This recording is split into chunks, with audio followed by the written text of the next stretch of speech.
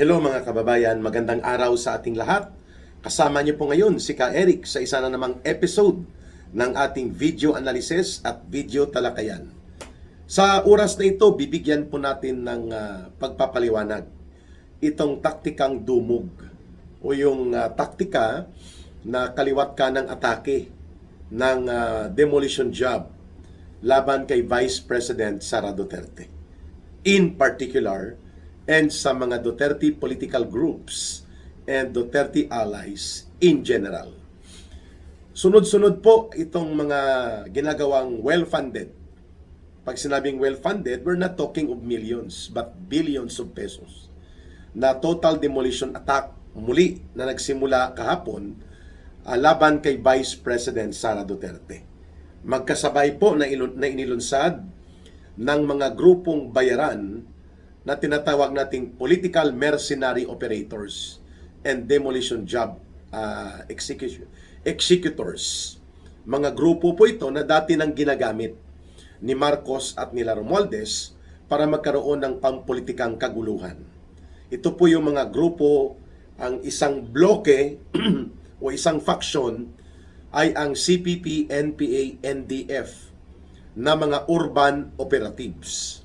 Ito yung mga party list groups nila, mga kunwari, mga human rights and activist organizations daw. Pero actually, mga front organizations for urban operations and infiltration ng communist terrorist group na CPP, NPA, NDF. Yan po ang mga grupo ng Bayan, Bayan Muna, Anak Pawis, KMU, Gabriela Kabataan Party, among others. ACT Teachers. Yan ay mga urban operatives ng CPP, NPA, NDF.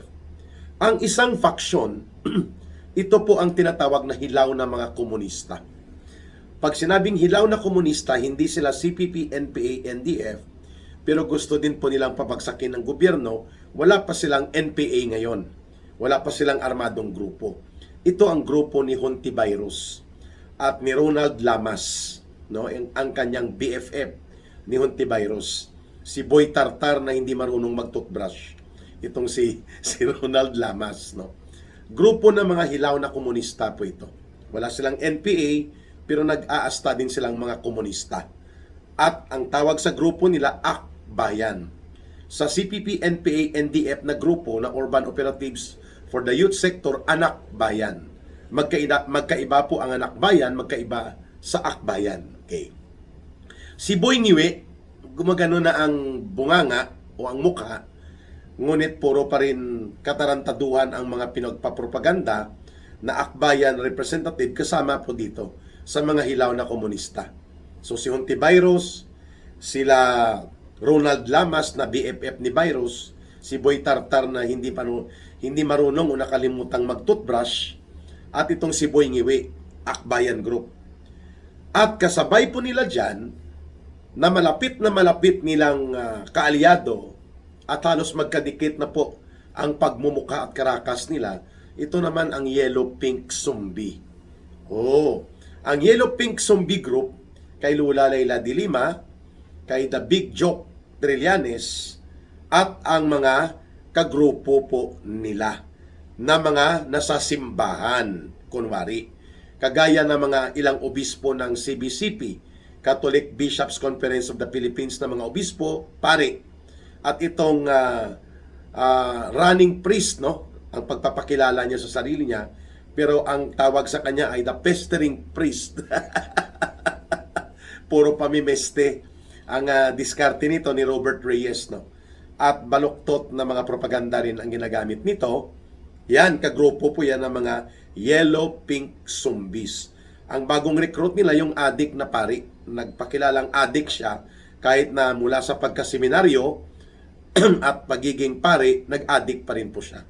Kung ngayon ay adik pa siya, hindi ko po alam. Ito po yung nagsasabi na devil-possessed si Vice President Sara Duterte at si former President Duterte. Pero ang grupong ito, so tatlo yun, ano?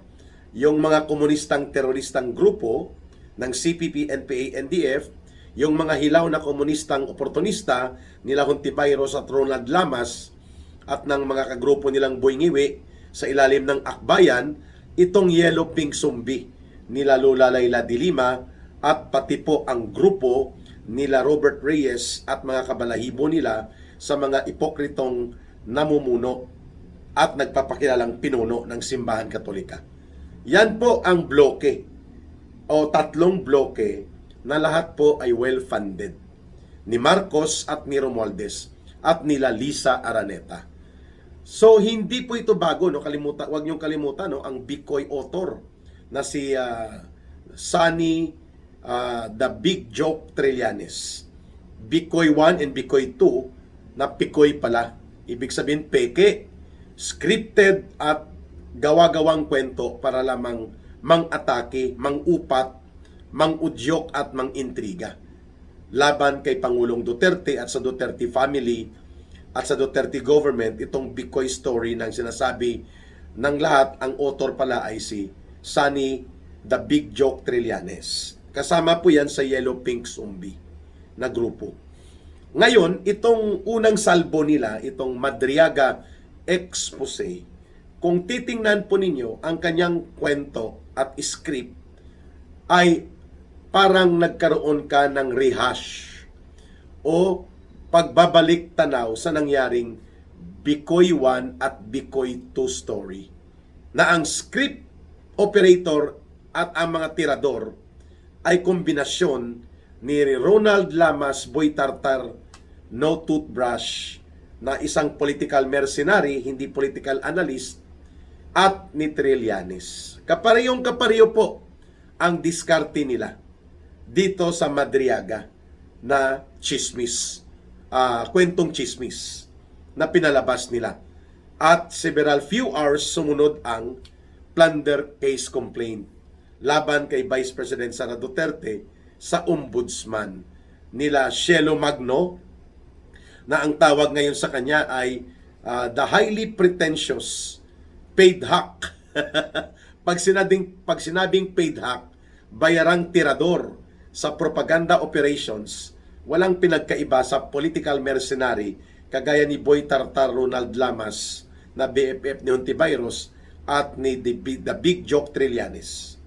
Yun po ang kategorya ngayon nitong Cielo Magno na sumama sa pagpa-file ng kaso na plunder laban kay Vice President Sara Duterte sa ombudsman. At ang pattern of coincidence raw at ang pattern of system and mode of activities, makikita natin na dumog style. Yung CPP, NPA, NDF, sila naman po ang unang nagtambol na inihahanda na nila ang impeachment complaint muli laban kay Vice President Sara Duterte pagdating ng Pebrero. Pero ngayon, inihanda na nila at inilalatag. Ang unang nagsiwalat nito ng kanilang discarding bulok ay si Teddy Casino. Ito po ay aktibong opisyal at operatiba ng CPP, NPA, NDF na nag-ooperate sa urban areas at nagpapakilalang leader ng bagong alyansang makabayad. Bayan o bayad, no? So, the pattern of conspiracy o pakikipagsabwatan na pagiging well-funded, well-organized, and well-orchestrated, ito yung tinatawag na dumog. Ang dumog ay hiligay ng terminology na ang ibig sabihin po ay pinagtutulong-tulungan. Ayun. Sabay-sabay na inaatake, dinudumog, nire-wrestling ka. Ang equivalent terminology niyan sa Mindanao, sa mga Bangsamoro communities, pintakasi, pinagtutulong-tulungan, pinagkaisahan. So there is a very clear resurgence of another dumog pintakasi style of political attack and demolition job against Vice President Sara Duterte. Sapagkat hindi na po makabangon. Knockout, kulang na lang po ng final knockout ang imahe at kredibilidad ni Marcos pagdating po sa confidence and trust of the people. Kung ang pag-uusapan po ay ang administrasyong Marcos Romualdez, bulok na bulok po ito. Walang pinagkaiba sa nabubulok na kamatis at nabubulok na itlog na kailangan ng itapon sa basurahan. Dahil po sa pagsabog at pagsambulat ng iskandalo ng 1.4 trillion pesos na flood control projects na dinambong at kinurakot at kinulimbat nila. At walang ibang nagtuturo nito ngayon kundi ang mga criminal conspirators and operators nila like Ginoong Saldico. Dinitalye na niya ang kanyang revelations and testimonies sa series of video installments na kanyang inilabas. Very detailed, very pointedly sharp. Ganon din po ang mag-asawang Diskaya na pinatahimik na sila halos, kinasuhan at tinipit na sa kanilang naunang sinumpaang salaysay. Si Yusek Bernardo, si Alcantara, at pati po itong si Sergeant Gutesa. So everything now in the aspect of exposing and revealing ang pagkakasangkot ni Marcos at Romualdez bilang mastermind ay lantad na. Kaya kailangan niyang magsagawa ng mga cover-up and manipulation to survive politically yung namumuong galit at napipintong paniningil ng taong bayan. Matter of time. Yung kanyang ginawa po sa Senado nila Marcos at Romualdez na tinanggalan ng ngipin ang Senate Blue Ribbon Committee, minaniobra nila na gawing tuta ang Senado o rubber stamp sa pamumuno ni Tuta Soto at nila Ping Lacson. Hindi rin po umubra na ibulgar din ito sa taong bayan na cover up lang ang ginagawa sa Senate Blue Ribbon Committee matapos tinanggal po si Senator Marcoleta at matapos po na nagkaroon ng realignment of so-called majority senators na lahat po ay nahila at minaniobra nila Marcos na maging minority na lang ang Duterte-aligned senators. Kaya maging rubber stamp na ang kalalabasan ng Senado at tatanggalin pa nila si Bato de la Rosa at si Bongo sa pamamagitan ng pagtataksil at pakikipagsabwatan sa ICC. Kagaya ng ginawa nilang pagpapadukot at iligal na pagpapakulong kay Rodrigo Duterte sa ICC sa Netherlands. So, yan po ay lahat na expose na. Ngayon, sinubukan ni Marcos na magkunwaring knight in shining armor sa pamamagitan po ng paggamit niya nitong taktika ng ICI o yung sinasabi niyang Independent Commission for Infrastructure. Subalit, paano ito maging independent kung ang kanyang diskartidor na operatiba sa DPWH na si Vince Dizon ang nagkakaray-karay at nagkukumpas kung ano at sino at paano ang pag-imbestiga? Si Marcos ang may hawak kay Vince Dizon. Kaya nga inilagay niya ito na DPWH Secretary matapos na bumaho at nailantad ang sindikato nila ni Bunuan na dating DPWH Secretary na ngayon ay pinatakas at pinatago na rin nila, pinaiskapo sa Estados Unidos. So paano maging independent ang ICI kung karay-karay at bit-bit-bit-bit yan ni Vince Dizon at siya ang nagtatakda saan pupunta, anong gagawin? Di ba? At kaya nga maaga pa, inabswelto na nila si Sandro Marcos. Inabswelto na nila si Martin Romualdez. Bagamat malinaw at umaalingasaw ang iskandalo ng pangungurakot na nasasangkutan nila sa mga insertions, mga pangangatay at pangiistapa sa budget, mga kababayan. So therefore, ang pagiging knight in shining armor ni Marcos Jr. at arti-artihan sa paghahabol ng kaso laban sa mga Diskaya, laban kay Saldico at iba pang mga secondary players nila na mga dapat gamitin sila as sacrificial lamb, pati ang pagpapalayas niya kay Bersamin at kay Pangandaman, effect upang pakalmahin po ang katotohanang sumasabog sa pag-iisip at paningin ng taong bayan. That the crime of the century known to be the 1.4 trillion pesos broad daylight robbery and plunder na magkasabay na ginawa systematically under Marcos government ay walang ibang pasimunong pinunong salaring kriminal na nag-orchestrate at nag-systematize nito si Marcos at si Romualdez. Yan po ay hindi na mapipigilan na talagang lantad na lantad. At kaya nga niya ginawa ito ngayon ang panibagong counter-attack upang itulak ang momentum. Pag sinabing momentum, ang buwelo papunta kay Sara Duterte. Ang buwelo ng atensyon ng public opinion. Yan ang totoong layunin kung bakit magkakasabay itong peke, bogus na evil society group na nag-file ng plunder case na rehash.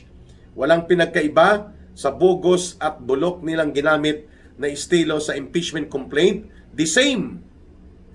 The same na mga materials, the same na aligasyon na sinagot na ng 3 beses sa magkakasunod na malinaw na report and evaluation ng Commission on Audit na walang anomalya, na nasasangkot ang Vice President na opisina at ang kanyang pagiging DepEd Secretary. And yet, ito pa rin ang ginamit. At sa Ombudsman naman, ang taktika nila ngayon. At sinabayan nitong Madriaga Chismis na isang kwento na kung titingnan mo from the very start hanggang sa mga dulo, ang script ay niritoke na Bikoy script, na Pikoy ni The Big Joke Trillanes at ni Ronald Lamas. Kaya ito po ang taktika nila na binubulgar ngayon natin. Ang taktikang dumog at pintakasi. Ang kaibahan lang nito, well-funded.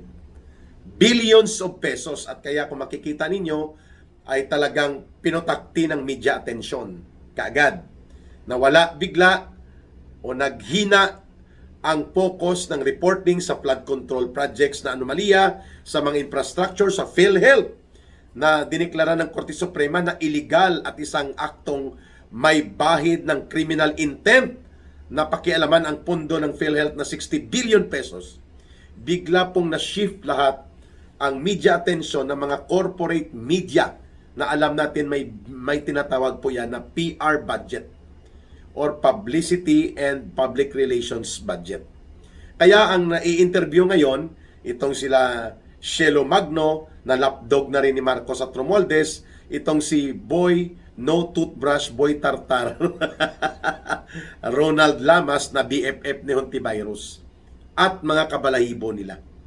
So the pattern of using pintakasi or dumog and wrestling attack na ginagamit nila noon nang sinimulan ni Romualdez, ni Tambaloslos, ang atake laban kay Vice President Sara Duterte to the point na winasak nila ang unit team at isinisi nila kay Sara Duterte, at itong mga taktikang ginagamit nila ay muli nilang binuhay.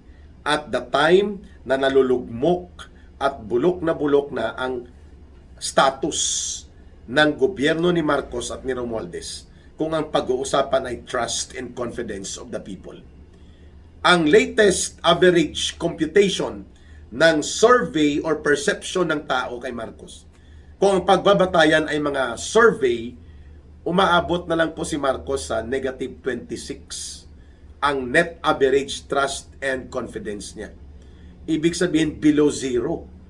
And even the respected and established economic and financial institutions for policy and development direction support like the International Monetary Fund, the World Bank, itong mga institusyong pang-ekonomiyang internasyonal, negatibo ang mga prospects of projections sa gobyerno ni Marcos. Dahil nga hindi na maitatanggi ang kaguluhang politika na sinimulan ni Marcos para magkonsolida ng poder kasama si Romualdez ay natabunan po ng kanyang iskandalo at pagkabulgar ng sindikatong uri ng gobyerno, kaya lumala at lumubha. Instead of serving the purpose of power consolidation for Marcos, sumabog ang iskandalo. Bumaliktad si Saldico at inilantad ang buong sindikatong operations nila. Hindi lang sa flood control, kundi sa malawakang pangungulimbat sa pamamagitan ng mga insertions at pang-iistafa nila sa budget. At lumabas ang ilang contractors na nagpatotoo. Lumabas din po ang ilang mga operators ng sindikato sa DPWH. Hindi na napigilan ni Marcos ngayon ito. Kaya nga, padausdos ng tudo-tudo, pabagsak ang trust and confidence rating ng Marcos Romualdez government na ito. Kaya, kailangan nila itong gawin. Itong pintakasi at dumog style ng panibagong antas na well-funded, well-organized, na mas marahas ang intensyon ng malisyusong atake upang iparalisa, i-destroy, wasakin ang Duterte political influence na mayroon pa po sa ating political landscape. Lalo na mataas pa rin po ang mayoriyang pagtingin ng mayoriyang mamamayan kay Vice President Sara Duterte na pwedeng siya ang maging Pangulo ng maaga pa sa 2028 kung mag-resign o mapaparesign si Marcos at umalis sa kapangyarihan dahil po sa bulok na iskandalong kanyang kinasasangkutang malaganap na krimen ng pandarambong at korupsyon o kaya sa eleksyon man sa 2028. Kaya takot na takot po itong tatlong bloke na ginagamit ni Marcos at Romualdez for tactical alliance for the purpose of demolition job and political mercenary operations to destroy, diminish, and paralyze the Duterte political influence. Ang CPP, NPA, NDF na communist terrorist group at mga urban operatives nila, ang mga hilaw na komunista nila Boy Ngiwe sa akbayan ni Hontiveros at ni Ronald Lamas, at ang Yellow Pink Zombies with some church leaders nila na nagagamit mula sa CBCP at grupo ng simbahan. Lahat sila po ang common denominator kung bakit sila nagtutulong-tulong na dumugin at gamitan ng pintakasi na atake si Vice President Sara Duterte because they do not want na mawawala ang benepisyo, pera, pundo, proteksyon at ang kanilang manipulasyon sa poder na hawak ni Marcos at ni Romualdez. Nakikinabang po sila ng malaki, politically and financially. At the same time, nakaka-recover sila sa kanilang organisasyon dahil pinoprotektahan sila at sinusuportahan for as long as they will be the attack dogs and demolition job operators versus the Duterte political camp. Yun ang ayaw nilang mawala. At pangalawa, takot na takot po ang mga grupong ito. Komunistang terorista with their urban operatives and components for urban infiltration, mga peke at oportunistang nagkukunwaring komunistang akbayan na actually extension nila or extension din sila ng Yellow Pink Zombies kagaya nila Dilima Trillanes at ang mga oportunista at pakialamerong nagkukunwaring leader ng simbahan katolika. All of them ay takot na takot po na muling manumbalik at lumakas ang matinong panggobyerno na lumalaban sa kriminalidad, korupsyon, abuso sa gobyerno, pagnanakaw, pandarambong, terorismo, at pati sa droga. Including po ang mga oligarkong gahaman, negosyanteng mga ganid na ginagamit ang gobyerno para pagkakitaan ang mga pundo, resources at kayamanan ng ating bansa. Takot na takot sila na may ganyang uri ng gobyerno na kayang manindigan para itulak ang totoong good governance and real agenda for the people. Na kayang gawin at pinanindigan yan, na ipakita yan ni Pangulong Rodrigo Duterte. At yan din po ang nakikita natin na patutunguhan ng panggobyernong reformahin kapag nawala o hindi na presidente si Marcos, si Sara Duterte po is equal to that kind of level of good governance na inaasam ng taong bayan. Na ang mga oportunista, mga salot, kriminal, terorista, at mga bulok at magnanakaw ng mga politiko at ganit at gahaman ng mga oligarkong magbabarkada ay hindi po mamamayagpag sa gobyerno at bagkos pati sa buong lipunan, sila po ay dapat nagkakaroon ng mga paghahabol sa kanilang kasalanan, pinagbabayad sila at pinipigilan sila ng gobyerno na pagsamantalahan ang mamamayan at ang buong lipunan. That is the kind of government na ayaw po ng mga grupong dumudumog ngayon laban kay Vice President Sara Duterte. So nakita na po ninyo, no? Yan po ang political spectrum analysis sa likod po ng konteksto at katotohanan ang taktikang dumog at pintakasi, yung Bicoy Part 3 na tinatawag nilang Madriaga Chismis, yung plunder operations and impeachment attack, lahat ng ito ay bahagi ng total demolition order ni Marcos at ni Romualdez para mag-survive din sila Marcos at Romualdez sa lubusang pagkalamon sa kanila sa kumunoy ng iskandalo at pagkabulok ng kanilang gobyerno na ngayon ay nakikita at nilalabanan unti-unting lumalawak na pagtindig ng sambayanang Pilipino. Pero ang katotohanan po ang magpapalaya sa mamamayan, katotohanan din po ang magtatanggol sa kay Vice President Sara Duterte sa gitna ng mga ataking pintakasi at dumog style na ito.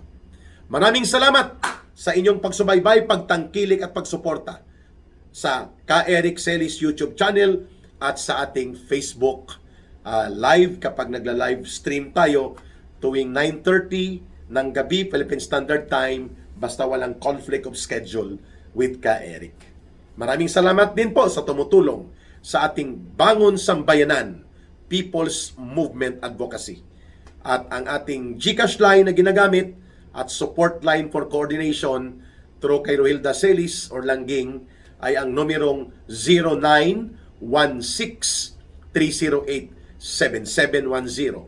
0916-308-7710. Yan po ay GCash line at line of coordination of support through kay Rohilda Celis kay Langging. Maraming salamat! Don't forget to like, share, and hit the notification bell at i-promote ang ating mga videos. Malaking tulong po yan sa ating paninindigan at mga isinusulong na advokasya. Maraming salamat muli. Mahalin natin ang bansang Pilipinas. Walang ibang magmamahal nito, kundi tayo ring mga Pilipino. Para sa Diyos at sa Pilipinas nating mahal. May God bless everyone. May Allah will be with those who are Muslim brothers and sisters. Bye for now. Maraming salamat at mabuhay ang sambayanang Pilipino.